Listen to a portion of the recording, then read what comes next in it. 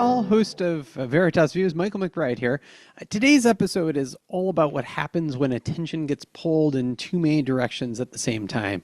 We start with a "you're not crazy, but," and the very modern trap of doom scrolling. I think everyone's done that. And the question is, why do so many of us keep consuming upsetting information long after it stops being useful? At some point, it stops being staying informed and starts becoming a nervous system habit. We talk about why that happens, what it's doing for us emotionally, and how to tell the difference between awareness and self-flooding. Then the standard kind of meat of the product, AITA. A husband tries to do something nice with a fast food dinner and accidentally creates a problem instead. It's one of those everyday relationship moments where the issue is not bad intent. The issue is poor planning, missed context, and the way a small mistake can land bigger than expected when someone else is carrying the visible load. And finally, in Confessions from the Couch, Dr. Kessler admits that sometimes he gets distracted by what's happening outside the window. It's hard not to. It's funny, it's human, and actually useful at times because it opens up a bigger conversation about attention, presence, and what people imagine therapists are doing in the room versus what real humans are doing to stay grounded and engaged.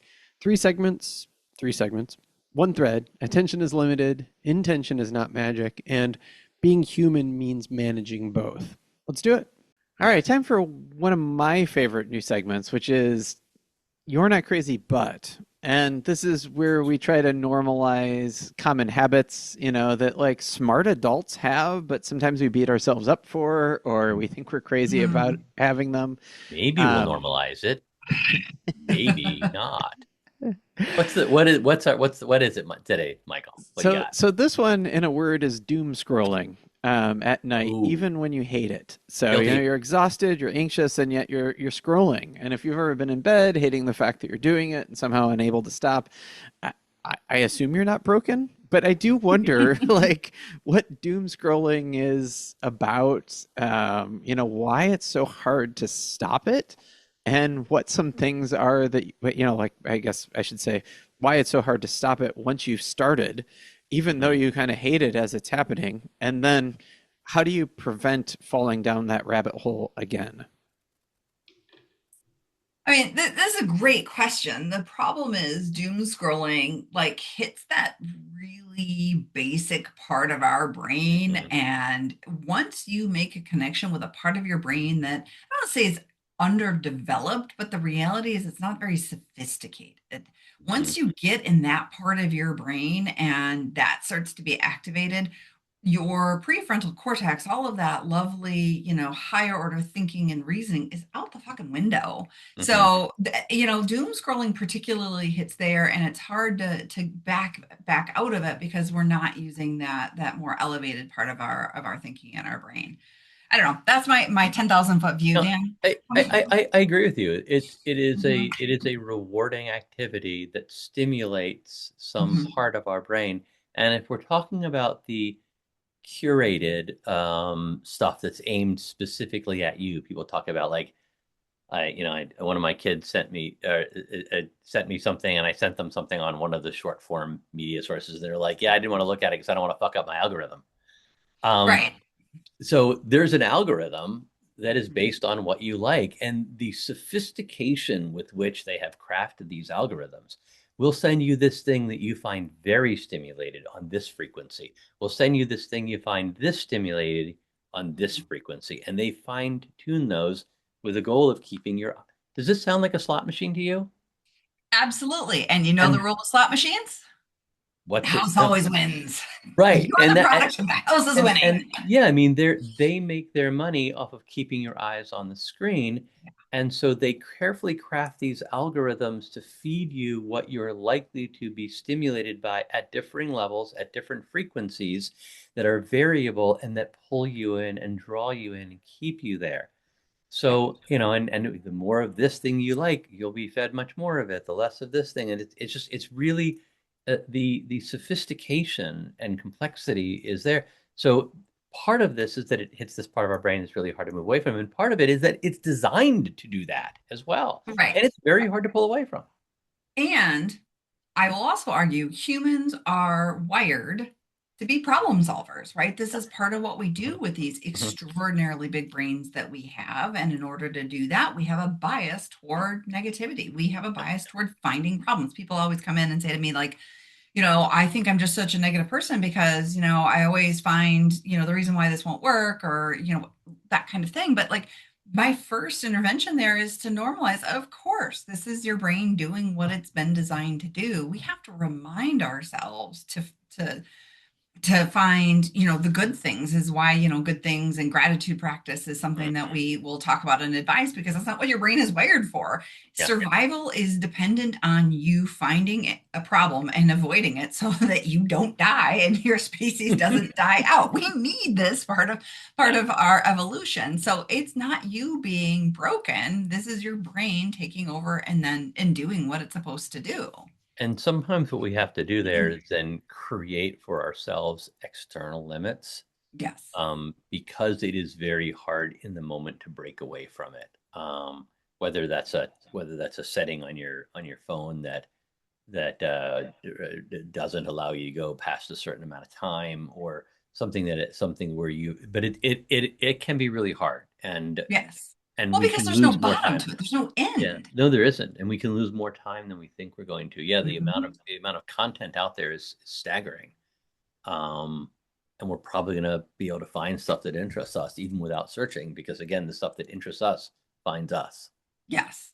One of the more interesting solutions, I guess, or Hmm. interventions I've heard for this is if you can set the time limit, great. But another thing that you can do is adjust the color scale of what you're seeing. So if you bring it more to grayscale, it can be less rewarding and stimulating to your brain.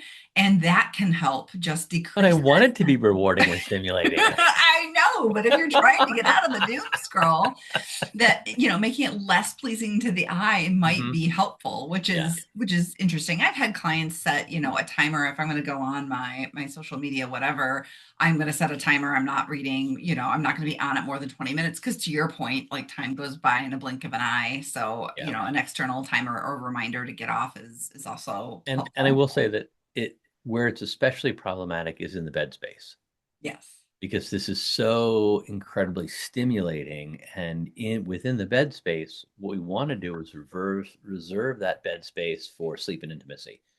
So we're only doing relaxing, in the moment, present activities as much as possible. Now, of course, there are exceptions to that, and yes, sometimes you can actually read in bed or watch a TV show in bed or something like that on your own or with a partner, if it's relaxing, comforting, and it's not interfering with your sleep. And there's all sorts of reasons why we don't do it sometimes and do it other times, and they're beyond the scope of today. But doom scrolling in bed almost always involves so much physiological arousal that it interferes with it. It creates this paradigm where the bed space is no longer a place of sleep and relaxation and comfort. Bed Right. space is now a place of physiological arousal in a way that's not healthy for the brain. Right, right. By its very name, doom Yeah. scrolling is problematic, in especially in the bed space. So, I would universally tell people don't doom scroll in bed. If you're going to doom scroll, I suppose do it on the couch, but set a reminder to stop before bedtime. You don't want to be that activated before Yeah. bedtime. Yeah. So, I think thinking about where do you get that information, what kind of information are you keying in on that in that algorithm, and is there maybe a less rewarding way to get it so that you still get the same content without, Right. hitting that caveman part of your brain or that lizard part of your brain quite so hard? Agreed. So what I'm hearing, the takeaway is that doom scrolling isn't curiosity. It's like anxiety wearing a trench coat and an algorithm that has your number. And if you want to change it, that you shouldn't argue with your brain at midnight, but maybe change the setup, make the Mhm. scroll harder, make the screen less attractive, make the exit easier, and give yourself permission to be informed tomorrow, I guess. Oh, Perfect yeah, summary. yeah. Wow, A who plus. needs AI? We have Michael summarizing. Apparently. Unless he fed all that into an AI and had it. I did No. not. I was just paying attention to the wisdom that was coming from the Well, screen at well me here. done. So Well done. So humans can still synthesize information. It's amazing. Not crazy to doom scroll, but not a good idea to do it.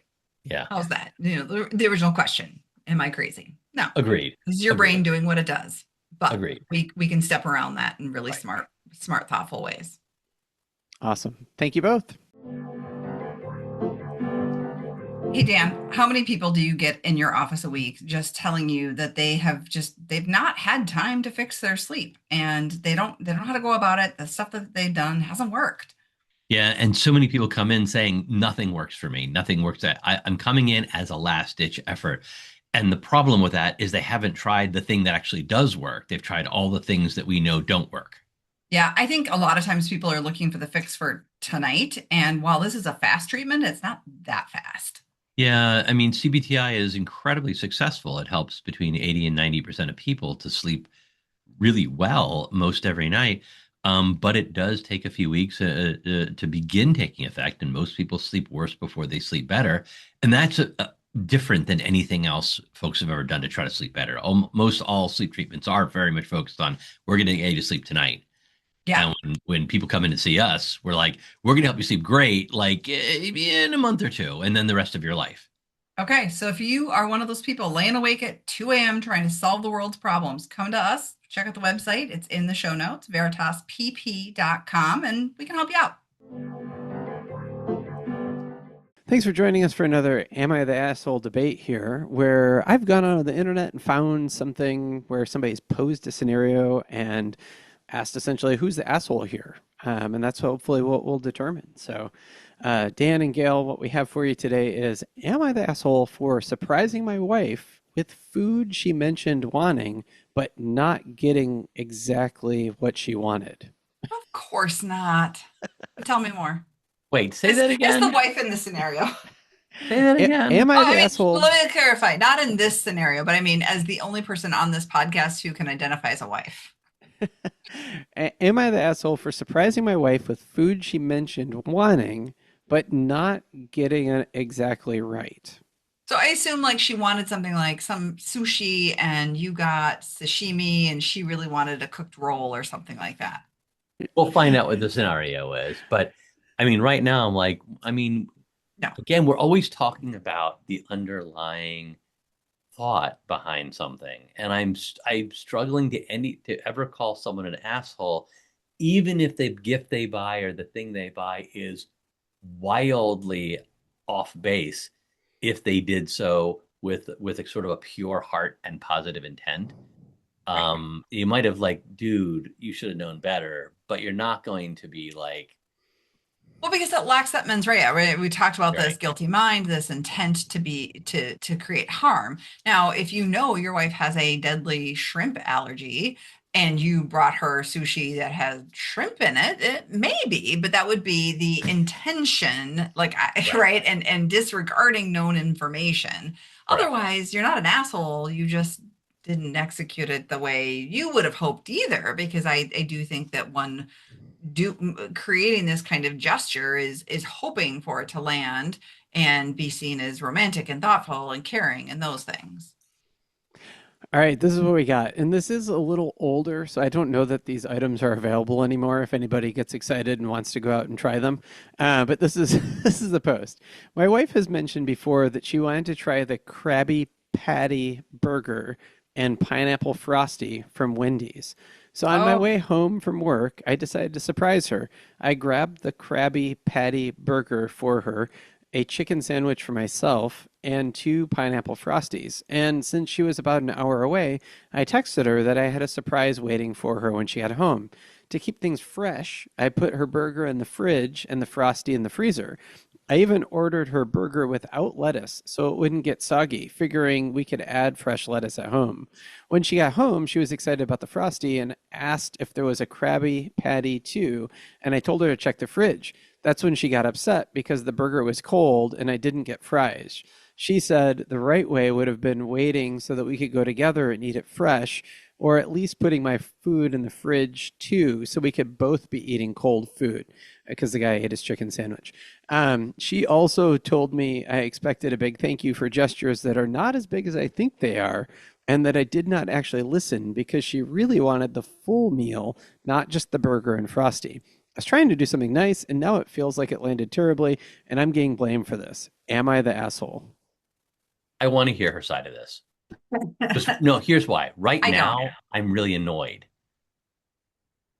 You're annoyed because this couple is already in a problematic pattern. Yes, This is exactly. not a Yes, happy couple that is doing well. right. I really read this as he is desperately trying to make up for something, to fix something. He and she are not doing well, and she is absolutely kind of losing her stuffing over this. I mean, was this executed well? No, of course not. Like 100% they should have gone out and had this together, whatever, but he is trying really hard and she just shit all over it because she's upset about something and it's not about this meal. She's mad Right. about something else and it's coming out here. He's either failed her in other ways or she is feeling let down and like her expectations in this marriage are not getting met and this is just yet another example.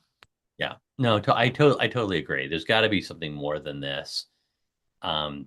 I could see her going, I really appreciate this, but like, this is a miss. Like, I know you meant well, but I really wanted the experience and I wanted to share it with you. And I think it's okay to tell your partner, thank you for your effort, and you missed. Like, Yeah. there's a way of saying that constructively and positively. That's the reason I wanted to hear her side of it, is in part because she really is cast as quite the villain here, Mhm. um, and very unreasonable. And I wonder if there is another side to this story that she would have that would be a little bit softer and different. Um, but either way, if that's the case, then here's a guy who's blaming her and casting her as a villain, and that's another issue. So either way, you are right in that there's deeper, worse things going on in this marriage. Because hopefully, I would like to think that if I did this, or if my partner did this, and I was the wife in this situation, I would come home and be like, it was a miss, but thank you. Yeah. I mean, You I think know. that is absolutely, if there's a right response here is to be honest, and we've talked about this before, is, part of a really good relationship is you can tell your partner where the miss happened and you Mhm. have some honesty around that, but you do it sort of carefully and thoughtfully, it's Mhm. kind of a miss. It's a little bit soggy. Maybe we can warm it up and throw the lettuce on like you suggested. But since this is not the full deal the way I was really dreaming of it, I wonder if you'd be willing to go with me, at another Yeah. time and maybe we can sit at Wendy's and have the Yeah. full meal hot off the grill. Sure. And I'm sure that this guy was like, okay, I'll do it this way. And I'm imagining him because Oh, I know. I like, like doing this kind of thing from time to time. And I can see him going, okay, she's going to think this is really cool. Wait, don't get it without don't get it with lettuce, because we'll put fresh stuff on it. We'll come home and I'll heat it up for her and we'll have this thing. It'll be really cool. And well, now I will say, total miss on his part for not putting his in the fridge too. Yeah. Because the whole point of this is in what she's saying is, this is a shared experience. Right. And it's not a shared experience as if he eats his delightful, warm chicken sandwich and leaves hers in the fridge to languish. They should be sharing that experience together, because then they can share the experience together of eating a hot, fresh one. Then when they go back there, unless they Yeah. think it's really god awful bad and then they don't want to do it And again. I do question But his judgment. yeah, Ordering crab an hour no, no, no, before no, no, someone's no, no. going to. Krabby Patty. No, it's a chicken sandwich. Oh, is it? Yeah, in It's this not. It's. particular case, I think Oh, Michael said I it's a thought it was chicken made of sandwich. crab, like a No, no, crab no. patty. It's because of SpongeBob. Well, I understood that. Yeah, but I think Michael said it was a chicken sandwich. Can you No, clarify, he got He a Michael? got chicken the chicken sandwich. sandwich and he I'm ate it right assuming that it's away. But actually like a crab patty that then sat Oh, and got cold, which I mean, cold crab patties can be okay, but like from a fast food restaurant, I think there's an absolute miss in your calculation of letting I that sit. So I he put it don't in the know fridge that because, I'm getting a crab sandwich from him. No, not to disparage Wendy's, but I'm probably not getting a crab patty from there. okay, so full disclosure, during Lent, during college, it matters because Wendy's does this now. They do a fish sandwich, Oh and yeah, right. And it was quite good back in the day. It's not, I don't like it as much anymore. And that might have to do with changing taste buds and food experiences or whatever. But boy, in college, that fish sandwich, that was good. okay. I'm And one would not usually get fish from Wendy's. That's the my role. only No, point. And no, you the can role of correct me. Michael. is today being played by Dan. I looked it up. I just did too. I'm sure you did. The 25th anniversary Krabby Patty was a burger. It was a beef patty with 2 slices of American cheese, lettuce, tomato, pickle, onion, and a top secret sauce. A Krabby sauce. Yeah. So it was not a Oh. crab. It was a regular burger with a different sauce. So, I mean, Yeah, that's just sad. Don't order my fucking burger an hour before I come home. yeah, I mean, it, you're not it, an it- asshole for that, but no, like, no, he take it through, means dude. well. Your grand gesture had a big hole in it. It's problematic for sure. It's It's problematic. problematic to choose to do that. And again, And thank you for thinking of me. I'm fine with it.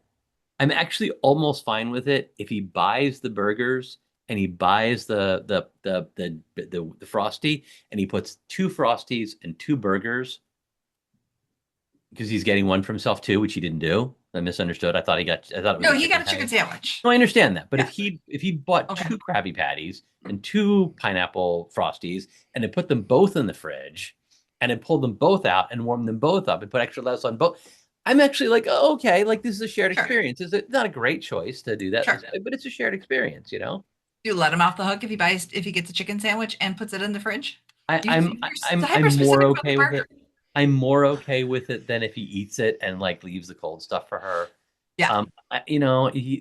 But his error, it lacks that mens rea for being an asshole. Yes. He missed, but like he did mean well. Now, I will say that one problem that I see in men in relationships with women is that they have a tendency to expect a much greater degree of like, oh wow, thank you so much for what you did there. Mhm. You know, and it's probably something that she's done the equivalent of 532 times every day. And that is an issue and I don't mean to be generalizing too much, but I've certainly seen that issue in heterosexual relationships with men sort of having that too high an expectation for thank yous from their partner. Yeah. Throwing no shade on men, but No, and I would I don't agree. have data, but it's anecdotally I see that often.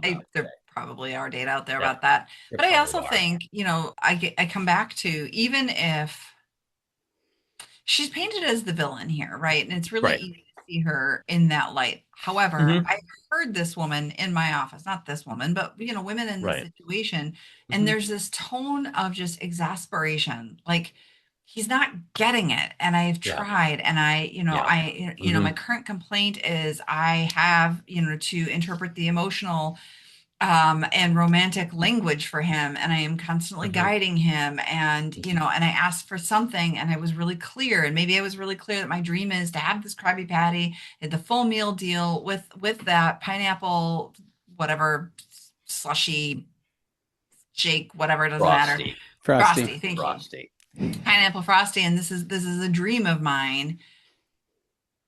And that woman is exhausted. She is tired of putting her dream out there again and again and again, and finding that her partner isn't executing on that dream well enough for it to feel like that dream has been fulfilled. But again, we have a caring conversation, an emotionally tuned conversation about what that dream means, Yeah. right, to each of them. And we get deeper. This isn't about the Krabby Patty. This is about that. And I just and to be it's a quick statement here. To be clear, Wendy's is not sponsoring this podcast in any way. Although we're open. They could if they wanted to. We're open. So I'm saying this just purely out of my own sense, and I have not done this in 10 years. But if you take a Wendy's fry and you dip it in their chocolate frosty and you eat that, that is just so good.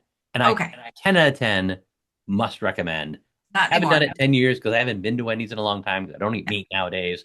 But like that French fry dipped into that chocolate frosty.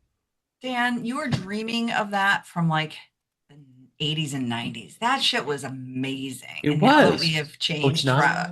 the fats, trans fats, Oh. we've gotten smarter about the kind of animal products. Or is it just because I'm old? I think that there's just a think it's different I'm flavor old? to all the fast food. So Well, I now am saying, maybe I'm old on this one. no, maybe I may have to try that out. They don't Yeah, they don't I put have. beef tallow It's in the good. Frosties anymore. So Yeah, let's Listeners, let us know if you agree with this or not. Well, I think people still enjoy doing it. I think you can't think it's different. recapture the Okay. that. Well, maybe I'll have to find out. So where do you think the internet came down then? Given what you know Oh, they and what you called her an think, asshole. I And I'm always wrong about who this, the so asshole, the take the other OP or side, the yeah. wife? I think they're going to come down on I believe the internet's going to come down on everyone shitty here. I'm not willing to say that because I think that I think as Gail said right at the top of this discussion, I think this is really not about the Krabby Patty. I think this is about a relationship that's in trouble and people struggling with seeing each other in a positive light. Because when relationships in trouble, we discard or disregard some of the positive efforts of our partner and tend to focus on the negativity. And this is what it sounds like right now for this couple. I could be wrong, but that's what it sounds like for this couple. I don't think I don't think they're assholes, but they're in a tough spot. Yeah, I would agree. I think the internet says she's in the wrong. I don't think anyone is in the wrong. I think that this is a relationship in trouble. And like you said, Dan, I could be totally wrong, right? Yeah. Like I What does the might be internet wrong say? about the state of the relationship because we can't know. So man, the internet pounced all over the OP. They called him an asshole hardcore. Like 60% of the stuff was, dude, you're an asshole. Like you are like, first of all, like fast food, like you want what do you want, a Twinkie because you want to get some fast food for your wife? Like good job on you. And you couldn't wait until she got home. And one of my favorites was, hey dude, it's the thought that counts. So put some fucking thought into it.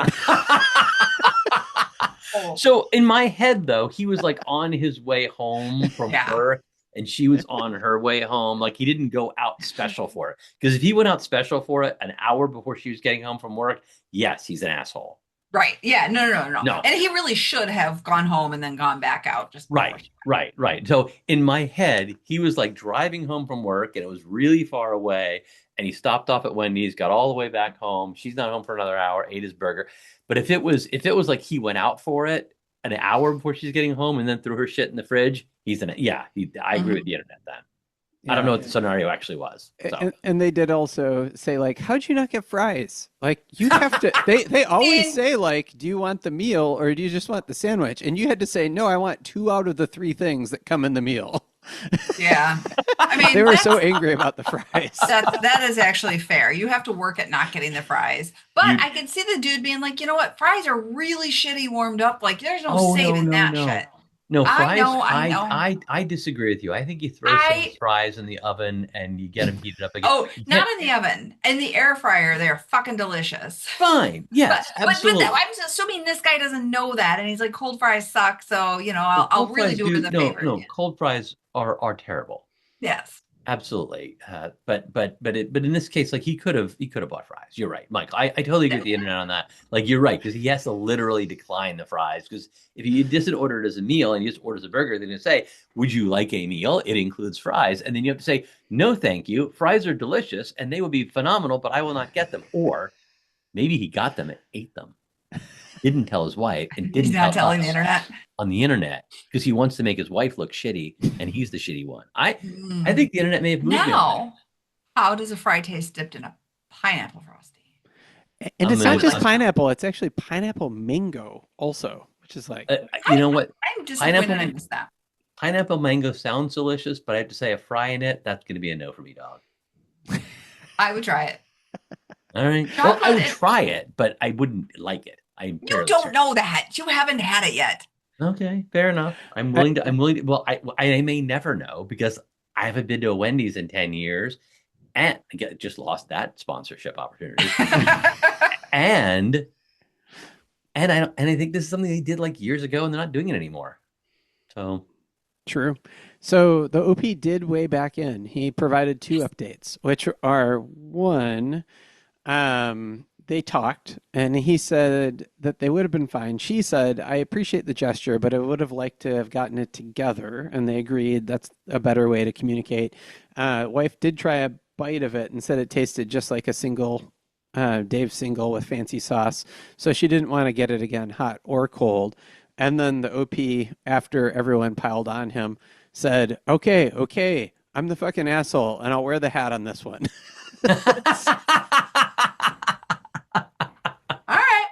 right. And maybe Yeah. they're not in as much trouble as I initially was worried about, because that's a pretty productive conversation. It sounds like they did exactly, yes. And Yeah. I'm going to completely amend my statements on Yeah. this one. First off, OP was out of line. I'm going to agree with the internet on that one. And I'm going to amend the statement about and I'm going to totally agree with what you just said, Gail. Given that they were able to discuss this, work it out, have a good conversation, and be in a good place afterwards, that's the mark of a good relationship. So now we're going to say this couple probably has a really solid relationship, and he kind of screwed up. Just, Yeah. yeah.